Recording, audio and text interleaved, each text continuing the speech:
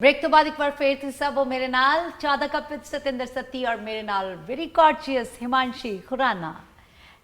हिमांशी हुन साडा next round थोड़ा जिहा ट्रिकी है पर तुसी दलेर हो गए होए हुन इंडस्ट्री ने तुहानू दलेर कर दिता है। लोग तुहानू कंट्रोवर्शियल क्वीन कहंदे हैं भी कंट्रोवर्सीज तुहाडे नाम नाल चाहंदियां ना चाहंदियां जुड़ जांदियां। किवें किवें महसूस करते हो या किवें मनते हो इस टर्मिनोलॉजी ਨੂੰ? कंट्रोवर्सीज ऑलवेज दो तरह की होंगी, एक नैगेटिव एक हैल्दी कंट्रोवर्सी है ना, तो पॉजिटिव। मेरी आदत है कि कोई सोशल इशू होंदा है कुछ भी होंदा मैं विच कुद पैनी हाँ क्योंकि मैं इमोशनल हाँ, क्योंकि मैनू पता लग रहा होंदा कि ये गलत है और हो सकता मैं अपनी राय दे रही हाँ। सो उन्होंने जे लोग कंट्रोवर्सी कहते हैं तो उन्होंने एक नाम देता, बट अपना जोड़ा इस टाइम इंस्टाग्राम है या फेसबुक है या कुछ भी आ वो अपनी एक वॉइस है। एज अ आर्टिस्ट लोग आपां जान चुके हैं, बट हुण वो एज अ परसनली थानू ह्यूमन जानना चाहते हैं कि तुसी किवें हो, है ना। सो ये टाइम है, पता है कि तुसी एंकरिंग बहुत वधिया करदे हो, मैं गाणियां 'च फीचर करदी हाँ, कोई सिंगर बहुत, सो आप अपना टैलेंट दस चुके हैं भी असीं आ कर सकते हैं। बट एक पॉइंट आ जाता है कि करियर का ठहराव आ जाता है तो उदों तुहानू एज अ ह्यूमन लोग जानना चाहते हैं, थोड़े ना उदों जेन्युइन फैनस जुड़ते हैं। सो मेरी आदत है भी चाहे किसी कुड़ी नाल गलत हो रहा हो, चाहे किसी इंडस्ट्री की कुड़ी नाल गलत हो रहा हो, मैं बोल पैनी हाँ। लेकिन जे दूजा कोई नहीं बोलता तो उस भीड़ च कली एक होंदा ना भी 10 लाइन च खड़े अगे कौन आऊगा, मैं कली अगे हाँ बाकी 9 पिछे खड़े ने, तो उन्होंने कोई आंदा अगे रीसेंट हुणी होके हटिया जो कोई नहीं आया। एक होर तुसी बड़ा मतलब ऑफ बीट काम किया भी तुसी इत्थे मेरे ख्याल दिख भी रहा है बब्बू मान होना दा नाम लिखाया होया, तुसी फैन हो बब्बू मान दे? As a person as an artist नहीं आर्टिस्ट तो आप उन्होंने जज ही नहीं ना कर सकते। आप जिहड़े अपने पहले दे सिंगर ने वो एक ऐसी स्टेज ते पहुंच चुके हैं कि जिथे लोग ये नहीं कहते कि तुसी बहुत वधिया गाने हो, नहीं उन्होंने कहते असीं सलूट करते हैं। सो एक लेजेंडरी आर्टिस्ट दे विच जिहड़े काउंट हो गए उन्होंने तो असीं जज कर ही नहीं ना सकते, वो जग जाहिर है। सो एक बड़ा बोल्ड स्टैप सीगा कि किसी आर्टिस्ट का नाम तुसी लिखवा लेना, मतलब इट्स नॉट कॉमन नहीं है। मतलब मैनूं लगदा तुसी पहली कुड़ी होने हो जिन्हें अपने हसबैंड या बॉयफ्रेंड तो बिना नाम लिखवाया होना है। ये कोई छोटा काम नहीं है। मैं सिर्फ जानना चाहनी हूँ भी ये मतलब हसबैंड ने जो नाल होना है उदों तो सबनों दिख ही जाना है, जो मैं प्यार करदी हाँ तां ही मैं नाल हाँ, है ना। बट जे एक व्यक्त कर सकते हैं किसी चीज़ नूं, मैं बिना सोचे समझे सोचे कि मैं टैटू बनवाना है, और कौन ऐसा पर्सन है आई डोंट नो। मैं उन्होंने ज़्यादा मिली नहीं, एक बार मिली है, उन्होंने मैनू एक्चुअली बहुत वधिया ट्रीट किया और मेरे नाम तो जानते सी। बहुत सारे आर्टिस्ट होंगे अच्छा तुसी हिमांशी हो, कई कह देंगे अच्छा सॉरी थोड़ा नाम की आ। इंडस्ट्री च एक अपने आप नूं हले तक as a top artist maintain करना उन्हां दी वो पॉलिसीज़ मैनूं बहुत वधिया लगियां, मैं दैट्स वाई उन्हां नूं एक तरह नाल फॉलो करदी हां। हिमांशी बहुत वड्डी कंट्रोवर्सी तुहाडी एक मॉडल दे नाल हुणे हुई है ना, बहुत मैनूं लगदा कि शायद साडी इंडस्ट्री दी इन्नी वड्डी कंट्रोवर्सी नहीं सीगी, स्पैशली फीमेल्स दे नाल। इस सारी कंट्रोवर्सी दे विच हिमांशी ने अपने आप नूं कित्थे वेख्या? मैं तुहाडे मूँहों जानना चाहनी हाँ असल विच सच की है?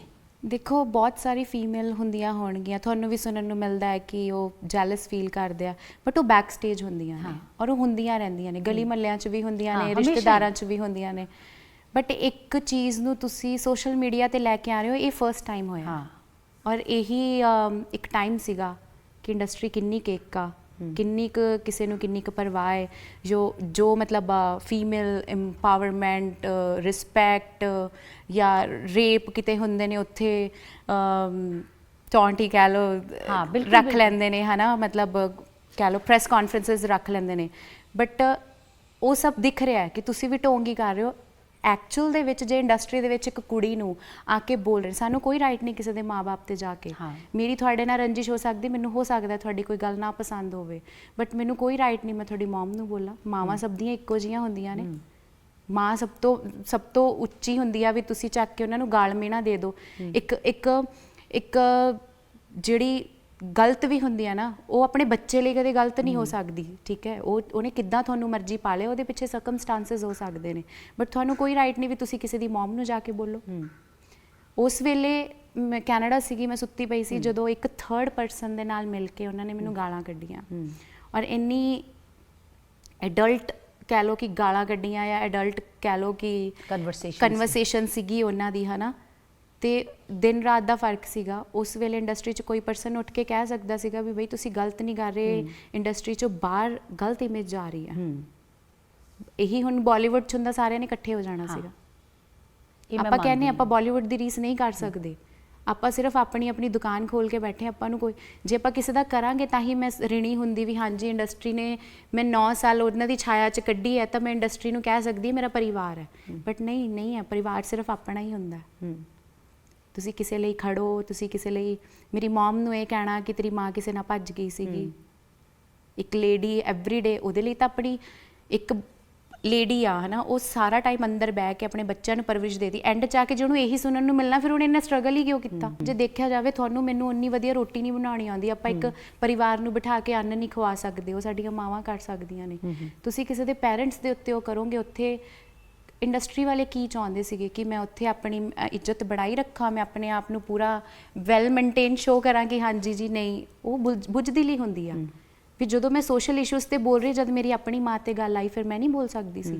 ਸੋ ਉਹ 20-25 ਘੰਟੇ ਜਦੋਂ ਉਹ ਲਾਈਵ ਘੁੰਮਿਆ, ਮੈਨੂੰ ਟਰਾਂਸਜੈਂਡਰ ਬੋਲਿਆ ਗਿਆ ਉਹਦੇ 'ਚ। ਲੋਕਾਂ ਨੂੰ ਜੇ ਅਕਲ ਹੋਵੇ, ਯੂ ਹੈਵ ਨੋ ਰਾਈਟ ਕਿ ਤੁਸੀਂ ਟਰਾਂਸਜੈਂਡਰਸ ਨੂੰ ਵੀ ਤੁਸੀਂ ਟੌਂਟ ਮਾਰੋ। ਜੇ ਉਹ ਦੁਨੀਆ ਦੇ ਵਿੱਚ ਆਏ ਹੈ, ਉਹਨਾਂ ਦੀ ਆਪਣੀ ਲਾਈਫ, ਉਹ ਕਿਵੇਂ ਆਪਣੀ ਲਾਈਫ ਨਾਲ ਡੀਲ ਕਰ ਰਹੇ, ਐਟਲੀਸਟ ਉਹਨਾਂ 'ਚ ਜ਼ਿਆਦਾ ਗਟਸ ਨੇ ਵੀ ਉਹ ਲੋਕਾਂ ਦੇ ਸਾਹਮਣੇ ਆਪਣੇ ਆਪ ਨੂੰ ਉਵੇਂ ਪ੍ਰੈਜ਼ੈਂਟ ਕਰਦੇ ਨੇ। ਆਪਾਂ ਤਾਂ ਬੁੱਝਦੇ ਲਾਂ ਵੀ ਆਪਾਂ ਰਿਸ਼ਤਿਆਂ ਦੀ ਆੜ 'ਚ ਪਤਾ ਨਹੀਂ ਕੀ ਲੋਕ ਕਰਦੇ ਨੇ, ਕਿੱਦਾਂ ਰਿਸ਼ਤੇ ਉਧੇੜੇ ਜਾਂਦੇ ਨੇ, ਬਟ ਉਹ ਐਟਲੀਸਟ ਸਾਹਮਣੇ ਨੇ ਵੀ ਹਾਂ ਅਸੀਂ ਜੋ ਹੈਗੇ ਹਾਂ। ਸੋ ਸਾਨੂੰ ਕੋਈ ਰਾਈਟ ਨਹੀਂ ਹੈਗਾ। ਇਹ ਰੱਬੀ ਚੀਜ਼ ਹੈ ਕਿ ਪਤਾ ਮੇਰੇ ਕੁੱਖੋਂ ਪੈਦਾ ਹੋ ਜਾਵੇ, ਕਿਸੇ ਹੋਰ ਤੋਂ ਹੋ ਜਾਵੇ, ਤੇ ਆਪਾਂ ਉਸ ਚੀਜ਼ ਨੂੰ, ਆਪਾਂ ਹਰ ਵੇਲੇ ਆਪਾਂ ਉਸ ਚੀਜ਼ ਨੂੰ ਕਹੀਏ ਕਿ ਹਾਂ ਵੀ ਤੂੰ ਦੁਨੀਆ 'ਚ ਆ ਕੇ ਗਲਤੀ ਕੀਤੀ। ਆਪਾਂ ਕੌਣ ਹੁੰਦੇ ਉਹਨੂੰ ਫੀਲ ਕਰਾਉਣ ਵਾਲੇ ਕਿ ਤੂੰ ਪੈਦਾ ਹੋ ਕੇ ਚੰਗਾ ਕੰਮ ਨਹੀਂ ਕੀਤਾ? ਉਹ ਕਿਹੜਾ ਆਪਣੀ ਮਰਜ਼ੀਓਂ ਆਇਆ? ਆਪਾਂ ਨੂੰ ਰਾਈਟ ਹੀ ਨਹੀਂ ਹੈਗਾ। ਤੇ ਤੁਸੀਂ ਮੈਨੂੰ ਬੋਲ ਰਹੇ ਹੋ ਟਰਾਂਸਜੈਂਡਰ, ਅਗਰ ਐਕਚੁਅਲੀ ਮੈਨੂੰ ਟਰਾਂਸਜੈਂਡਰ, ਮੈਂ ਪ੍ਰਾਊਡ ਫੀਲ ਕਰਦੀ ਹਾਂ ਕਿ ਮੈਨੂੰ ਐਸੀ ਕਮਿਊਨਿਟੀ ਦਾ ਕੰਪੇਅਰ ਕੀਤਾ ਗਿਆ ਜੋ ਐਟਲੀਸਟ ਗਟਸ ਹੈਗੇ ਆ। ਇਸ ਸਾਰੀ ਕੰਟਰੋਵਰਸੀਜ਼ ਦੇ ਵਿੱਚ ਦੋ ਚੀਜ਼ਾਂ ਮੈਂ ਪੁੱਛਣਾ ਚਾਹੁੰਦੀ ਹਾਂ ਕਿ ਪੰਜਾਬੀ ਇੰਡਸਟਰੀ ਨੂੰ ਇੱਕ ਕੁੜੀ ਜੋ ਆਪਣੇ 10 ਸਾਲ ਦਿੰਦੀ ਹੈ, ਜਾਂ ਕੁੜੀ ਆਪਣੇ 20 ਸਾਲ ਦਿੰਦੀ ਹੈ, ਕੁੜੀ ਆਪਣੇ 50 ਸਾਲ ਦਿੰਦੀ ਹੈ, ਇੱਕ ਕੁੜੀ ਕਿਸ ਤਰ੍ਹਾਂ ਵੇਖਦੀ ਹੈ, ਔਰ ਇਸ ਸਾਰੇ ਦੇ ਵਿੱਚੋਂ ਹਿਮਾਂਸ਼ੀ ਕਿਵੇਂ ਆਪਣੇ ਆਪ ਨੂੰ, ਉਹਨੇ ਕੀ ਸਿੱਖ ਕੇ ਕਿੱਥੇ ਆਪਣੇ ਆਪ ਨੂੰ ਖੜੇ ਵੇਖਿਆ? ਮੈਂ ਸਿੰਪਥੀ ਨਹੀਂ ਗੇਨ ਕਰ ਰਹੀ, ਨਾ ਮੈਨੂੰ ਕੋਈ ਰੋਸ ਹੈ ਵੀ ਇੰਡਸਟਰੀ ਨੇ ਜੀ ਓ ਮਾਈ ਗॉड ਮੈਨੂੰ ਕਿਉਂ ਨਹੀਂ ਸਪੋਰਟ ਕੀਤਾ, ਮੈਨੂੰ ਹੈਲਪ, ਮੈਂ ਇਨਫ ਸਟਰੋਂਗ ਹੈ ਕਿ ਮੈਂ ਉਸ ਚੀਜ਼ ਨਾਲ ਡੀਲ ਕਰ ਸਕਦੀ ਹਾਂ। ਬਟ ਮੈਂ ਐਕਸੈਪਟ ਕਰ ਰਹੀ ਸੀਗੀ ਕਿ ਐਟਲੀਸਟ ਇੱਕ ਸਿੰਗਲ ਫੋਨ ਕਾਲ, ਜਾਂ ਤੂੰ ਇਕੱਲਾ ਨਾ ਫੀਲ ਕਰੀ, ਤੇਰੇ ਲਈ ਇਹ ਇੰਪੋਰਟੈਂਟ ਹੈ ਕਿ ਤੂੰ ਇੰਡਸਟਰੀ ਵਾਲੇ ਤੈਨੂੰ ਸਪੋਰਟ ਕਰ ਰਹੇ ਆ। Not even single phone call. But ਤੁਹਾਨੂੰ ਪਤਾ ਹੁੰਦਾ ਜਦੋਂ ਕੰਮ ਹੁੰਦਾ ਹੈ, ਪੈਸੇ ਘਟਾ ਦਿਓ, ਇੱਦਾਂ ਕਰਨਾ ਹੈ, ਐਡਜਸਟ ਕਰ ਲਓ, ਫਿਰ ਤੁਹਾਨੂੰ 10 ਫੋਨ ਆ ਜਾਂਦੇ ਨੇ। ਅੱਛਾ, ਹਿਮਾਂਸ਼ੀ ਨੇ, ਕਿਉਂਕਿ it is not small thing, ਜਦੋਂ ਤੁਸੀਂ ਸੁੱਤੇ ਪਏ ਹੋ ਔਰ ਉਸ ਤੋਂ ਬਾਅਦ ਤੁਹਾਨੂੰ ਲੱਗਦਾ ਕਿ ਤੁਹਾਡੀ ਲਾਈਫ ਪੂਰੀ, ਮਤਲਬ ਤੁਸੀਂ ਸੋਚਿਆ ਨਹੀਂ ਹੁੰਦਾ ਉਹ ਚੀਜ਼ਾਂ ਤੁਹਾਡੇ ਨਾਲ ਹੋ ਰਹੀਆਂ ਹੁੰਦੀਆਂ, ਉਹਦੇ 'ਚੋਂ ਹਿਮਾਂਸ਼ੀ ਖੁਰਾਨਾ ਆਪਣੇ ਆਪ ਨੂੰ ਜੋ ਨਿਕਲ ਕੇ ਆਈ, ਉਹਨੇ ਕੀ ਫੀਲ ਕੀਤਾ?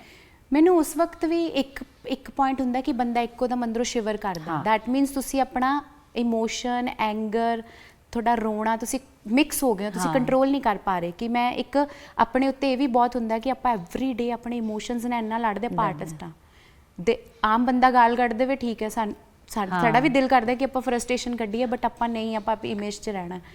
ਉਸ ਵੇਲੇ ਮੈਨੂੰ ਬੜਾ ਫੀਲ ਹੋਇਆ, ਤੇ ਇੰਡਸਟਰੀ ਦੇ ਹੋਰ ਲੋਕ, ਮੈਂ ਆਪਣੇ ਆਪ ਨੂੰ ਕਾਮ ਰੱਖਿਆ ਨਹੀਂ ਠੀਕ ਹੈ, ਓਕੇ, ਮੈਂ ਵੇਟ ਕਰਦੀ ਹਾਂ। ਇੰਡਸਟਰੀ ਦੇ ਬਹੁਤ ਸਾਰੇ ਆਰਟਿਸਟ ਸੀਗੇ ਜਿਨ੍ਹਾਂ ਨੇ ਸਨੈਪਚੈਟਸ ਬਣਾਈਆਂ, ਸਾਹਮਣੇ ਆਏ ਕਿ ਦੇਖੋ ਜੀ ਮੁੱਦਾ ਪੱਖਿਆ, ਦੇਖੋ ਜੀ, ਉਹਨਾਂ ਨੇ ਤਮਾਸ਼ਾ ਬਣਾਤਾ। ਜਦੋਂ ਤੁਹਾਡੇ ਉੱਤੇ ਕੋਈ ਆਡੀਅנס ਜਾਂ ਕੋਈ ਹੋਰ ਬੰਦਾ ਕਮੈਂਟ ਕਰਦਾ, ਫਿਰ ਤਾਂ ਤੁਸੀਂ ਸਟੇਜ 'ਤੇ ਵੀ ਆਡੀਅנס ਨੂੰ ਕਹਿ ਦਿੰਦੇ ਹੋ ਆ ਜਾਓ ਸਟੇਜ 'ਤੇ, ਤੁਹਾਨੂੰ ਦੱਸਦੇ ਹਾਂ।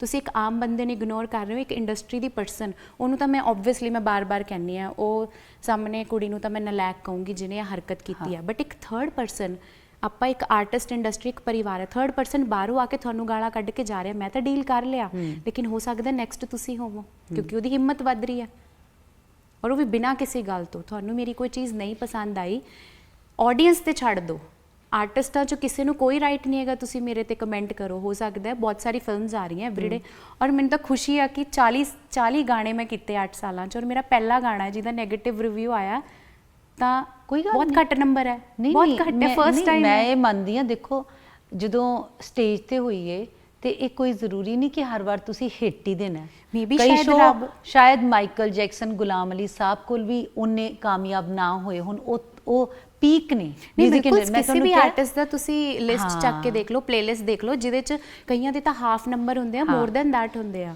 ਲੇਕਿਨ ਇਸ ਚੀਜ਼ ਨੇ ਨਾ ਮੈਨੂੰ ਲੱਗਦਾ ਨੈਗੇਟਿਵ ਕੀਤਾ ਹਨਾ, ਇੱਕੋਦਮ ਇੱਕ ਚੀਜ਼ ਆਈ, ਰੱਬ ਨੇ ਮੈਨੂੰ ਝਟਕਾ ਦਿੱਤਾ ਕਿ ਤੂੰ ਹੋਰ ਪ੍ਰਿਪੇਅਰ ਹੋ ਜਾ ਕਿ ਤੈਨੂੰ ਕਿਸੇ ਦੀ ਲੋੜ ਨਹੀਂ ਹੈਗੀ। ਤੁਹਾਡਾ ਗਾਣਾ ਆਇਆ ਸੀ ਹੁਣੇ ਨਾ, ਅੱਗ ਬਹੁਤ ਹੈ। ਅੱਗ ਬਹੁਤ ਹੈ, ਅੱਗ ਵਾਕਈ ਬਹੁਤ ਹੈ। ਹੁਣੀ ਵੀ ਚਾਹੀਦੀ ਹੈ ਜੀ। ਕਿਉਂਕਿ ਜਿਉਂਦਿਆਂ ਬੰਦਿਆਂ 'ਚ ਅੱਗ ਹੁੰਦੀ ਹੈ, ਮਰਦੇ ਤੇ ਫਿਰ ਸੁਆਹ ਹੋ ਜਾਂਦੇ ਨੇ ਨਾ। ਬਿਲਕੁਲ। ਕਿਵੇਂ ਦਾ ਰਿਹਾ ਉਹਦਾ ਐਕਸਪੀਰੀਅੰਸ? ਉਹ ਤਾਂ ਕਹਿ ਲਓ ਕਿ ਕਿਉਂਕਿ ਓਵਰਨਾਈਟ ਤੁਸੀਂ ਗਾਣਾ ਕੱਢਿਆ। ਨਹੀਂ, ਓਵਰਨਾਈਟ ਨਹੀਂ ਸੀ, ਉਹ ਹਫਤੇ ਪਹਿਲੇ ਤੋਂ ਪ੍ਰਿਪੇਅਰ ਕਰ ਰਹੇ। ਸਮ ਟਾਈਮ ਹੁੰਦਾ ਨਾ ਕਿ ਉਹ ਚੀਜ਼ ਕਹਿ ਲਓ ਡੈਸਟੀਨੀ ਤੁਹਾਨੂੰ ਉੱਥੇ ਲੈ ਜਾਂਦੀ ਹੈ, ਉਹ ਕਨੈਕਟ ਹੋ ਜਾਂਦਾ ਹੈ। ਲੋਕਾਂ ਨੂੰ ਸਾਹਮਣੇ ਆਇਆ ਵੀ ਕੰਟਰੋਵਰਸੀ ਹੋਈ ਤੇ ਮਤਲਬ ਇਸ ਤਰ੍ਹਾਂ ਮੈਂ ਤੁਹਾਨੂੰ ਆਪਣੀ ਗੱਲ ਦੱਸ ਰਹੀ ਹਾਂ, ਬਹੁਤ ਸਾਰੇ ਲੋਕਾਂ ਨੇ ਤੁਹਾਨੂੰ ਦੱਸਿਆ ਹੋਣਾ ਕਿ ਕੰਟਰੋਵਰਸੀ ਹੋਈ ਤੇ ਓਵਰਨਾਈਟ ਹੀ 2 ਦਿਨਾਂ ਦੇ ਵਿੱਚ 3 ਦਿਨਾਂ 'ਚ ਗਾਣਾ ਆ ਗਿਆ। ਬਾਈ ਚਾਂਸ ਵਾਕਈ ਤੁਹਾਡੀ ਪਲੈਨਿੰਗ ਹੋਣੀ, ਗਾਣਾ ਆਉਣਾ ਇੰਨਾ ਆਸਾਨ ਕੰਮ ਨਹੀਂ ਹੁੰਦਾ, ਮੈਨੂੰ ਆਪ ਪਤਾ। ਬਟ ਉਹ ਲੋਕਾਂ ਨੂੰ ਇਉਂ ਲੱਗਾ ਕਿ ਜਿੱਦਾਂ ਓਵਰਨਾਈਟ ਹੀ ਸ਼ੂਟ ਕਰਕੇ ਓਵਰਨਾਈਟ ਹੀ ਕਰ ਦਿੱਤਾ। ਕਿਵੇਂ ਦਾ ਲੱਗਾ ਹੋ ਜਾ ਉਹ? ਕਿਉਂਕਿ ਉਸ ਟਾਈਮ ਦੇ ਉੱਤੇ ਤੁਸੀਂ ਬਿਲਕੁਲ ਅੱਗ ਦੇ ਉੱਤੇ ਬੈਠੇ ਹੋਏ ਸੀਗੇ। ਦੇਖੋ ਇਹ ਬਹੁਤ ਮੈਟਰ ਕਰਦਾ ਹੈ ਕਿ ਜਦੋਂ ਆਪਾਂ ਕਿਸੇ ਨੂੰ ਇੱਕ ਹੁੰਦਾ, 2 ਤਰ੍ਹਾਂ ਦੇ ਪਰਸਨ ਹੁੰਦੇ ਆ। ਮੇਰਾ ਕੰਮ ਹੈ ਆਪਣੇ ਆਪ ਨੂੰ ਬੈਟਰ ਐਂਡ ਬੈਟਰ ਕਰਨਾ। ਜਿਸ ਦਿਨ ਮੈਂ ਇਸ 'ਚ ਕੰਮ ਤੇ ਆ ਜਾਊਂਗੀ ਨਾ ਕਿ ਨਹੀਂ ਇਹਨੂੰ ਮੈਂ ਥੱਲੇ ਲਾ ਕੇ ਹੀ ਹਟਣਾ, ਇਹ ਮੇਰੇ ਤੋਂ ਨੀਚੇ ਹੋਣਾ ਚਾਹੀਦਾ ਹੈ, ਹਾਊ ਕਮ ਇਹ ਮੇਰੇ ਤੋਂ ਉੱਤੇ ਆ ਬੋਡੀ ਲਈ, ਜਾਂ ਹੋ ਸਕਦਾ ਮੈਂ ਦੇਖਦੀ ਹਾਂ ਵੀ ਠੀਕ ਆ, ਮੈਨੂੰ ਅਗਰ ਬੋਡੀ ਤੇ ਕਮੈਂਟ ਕਰ ਰਿਹਾ ਜਾਂ ਕੁਛ ਕਰ ਰਿਹਾ ਕਿ ਚਬੀ ਹੈ ਜਾਂ ਐਬਸ ਵਾਲੀਆਂ ਕੁੜੀਆਂ ਬਹੁਤ ਸਾਰੀਆਂ ਘੁੰਮ ਰਹੀਆਂ ਨੇ, ਮੇ ਬੀ ਹੋ ਸਕਦਾ ਮੇਰੇ 'ਚ ਕੋਈ ਕੁਆਲਿਟੀ ਆ, ਮੇਰੀ ਕਿਸਮਤ ਮੇਰਾ ਸਾਥ ਦੇ ਰਹੀ ਹੈ, ਜਾਂ ਹੋ ਸਕਦਾ ਮੇਰਾ ਬੈਕ ਸਟਰਗਲ ਕਿੰਨਾ ਜ਼ਿਆਦਾ। ਤੁਹਾਨੂੰ ਪਤਾ ਜਦੋਂ ਇੱਕ ਗਾਣਾ ਆਉਂਦਾ ਬਹੁਤ ਹੈਡੇਕ ਹੁੰਦੀ ਹੈ, ਹਰ ਇੱਕ ਸਟੈਪ ਤੇ ਜਾ ਕੇ ਅੜਦੀ ਆ ਉਹ ਚੀਜ਼, ਔਰ ਉਸ ਚੀਜ਼ ਤੋਂ ਆਪਾਂ ਪਾਰ ਕਰਦੇ ਇੱਕ ਵੀਡੀਓ ਗੇਮ ਹੀ ਹੁੰਦੀ ਹੈ ਵੀ ਐਂਡ ਤੱਕ ਅਸੀਂ ਪਹੁੰਚਾਤਾ, ਸਾਡੇ ਲਈ ਉਹੀ ਬਹੁਤ ਰਿਲੀਫ ਹੁੰਦਾ।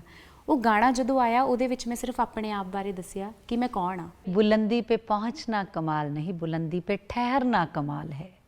ਤੁਸੀਂ ਉਹ ਕਿੰਨੀ ਦੇਰ ਉੱਥੇ ਰੂਲ ਕੀਤਾ, ਇਹ ਬੜੀ ਵੱਡੀ ਗੱਲ ਹੈ। ਪਹੁੰਚ ਤੇ ਹਰ ਕੋਈ ਜਾਂਦਾ ਹੈ। ਮੈਂ ਆਪਣੇ ਸਫ਼ਰ 'ਚ ਮੈਨੂੰ ਕਹਿੰਦਾ ਤੁਸੀਂ ਕਿੰਨਾ ਸਟਰਗਲ ਕੀਤਾ, ਮੈਂ ਕਿਹਾ ਜਿਸ ਵਕਤ ਮੈਂ ਇਹ ਸਟਰਗਲ ਕਰ ਰਹੀ ਸੀ ਉਸ ਵੇਲੇ ਮੈਨੂੰ ਪਤਾ ਹੀ ਨਹੀਂ ਚੱਲਿਆ ਮੈਂ ਸਫ਼ਰ ਕਿਵੇਂ ਪਾਰ ਕੀਤਾ, ਬਟ ਜਦੋਂ ਮੈਂ ਉਸ ਜਗ੍ਹਾ ਤੇ ਆ ਕੇ ਪਹੁੰਚ ਗਈ, ਉਸ ਚੀਜ਼ ਨੂੰ ਮੈਂ ਮੇਨਟੇਨ ਕਿੱਦਾਂ ਕੀਤਾ, ਇਹ ਸਭ ਤੋਂ ਬੜਾ ਸਟਰਗਲ ਹੈ।